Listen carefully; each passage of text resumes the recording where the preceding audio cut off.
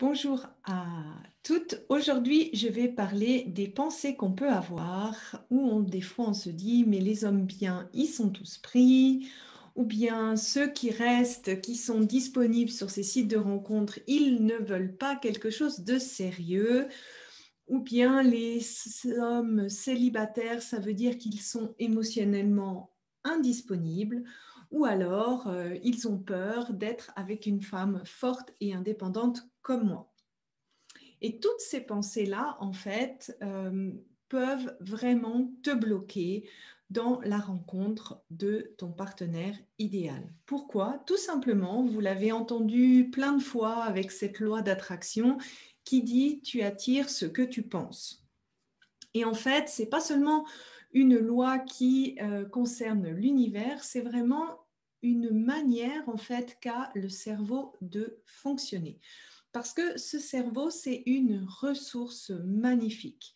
Dès que tu as une pensée, en fait, son job, c'est de chercher à prouver que tu as raison. Et donc, il va t'apporter des rencontres, dans ces rencontres-là, des exemples de partenaires qui vont réellement confirmer que les partenaires que tu rencontres sont incapables de se mettre en relation, qu'ils sont émotionnellement indisponibles ou qu'ils ont en effet peur d'une femme forte et indépendante.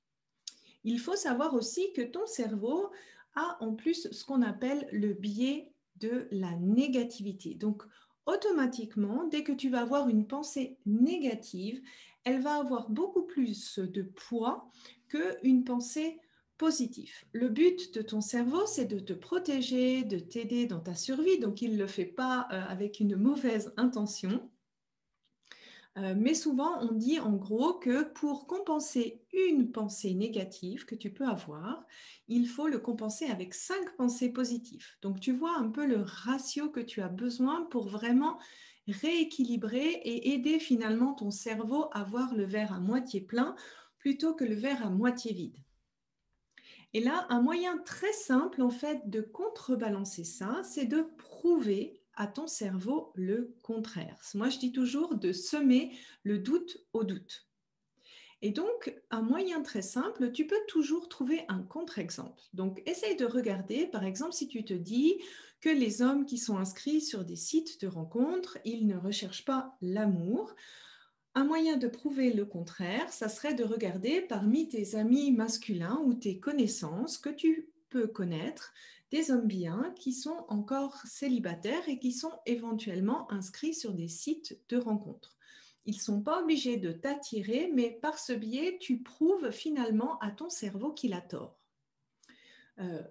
Tu peux également te servir de données scientifiques. Il y a par exemple cette étude de l'UNIGE qui dit que vraiment les gens qui sont sur les sites de rencontres cherchent une relation sérieuse. Et cette étude de l'OFS qui dit que dans les personnes qui sont en couple depuis 5 ans au moins, 20% d'entre elles ont rencontré leur moitié, leur complément, leur partenaire par un site de rencontre. Donc j'espère que ces 2 statistiques sont déjà un bon élément pour toi pour contrecarrer ce que tu penses dans ta tête. Et ça, en fait, ce mindset, cultiver cet état d'esprit, c'est un muscle à travailler.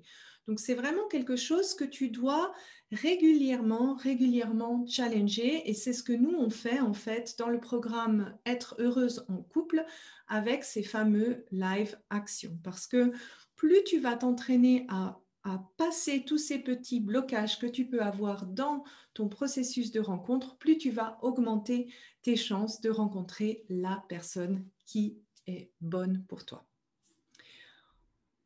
Ensuite, si tu as cette sensation en fait d'avoir des a priori un petit peu sur la jante masculine ou si tu es un homme sur la jante féminine, souvent on répète ce que l'on a appris. Donc si dans le passé, tu as souvent entendu ta mère parler négativement de ton père ou des hommes en général, ou encore que tu as entendu parler que le statut des femmes par rapport aux hommes est ici, il faut un petit peu se faire violence et oser mettre en doute les a priori qu'on peut avoir sur cette phase de rencontre. Alors, reste positif et je te dis à bientôt pour un autre article. Au revoir.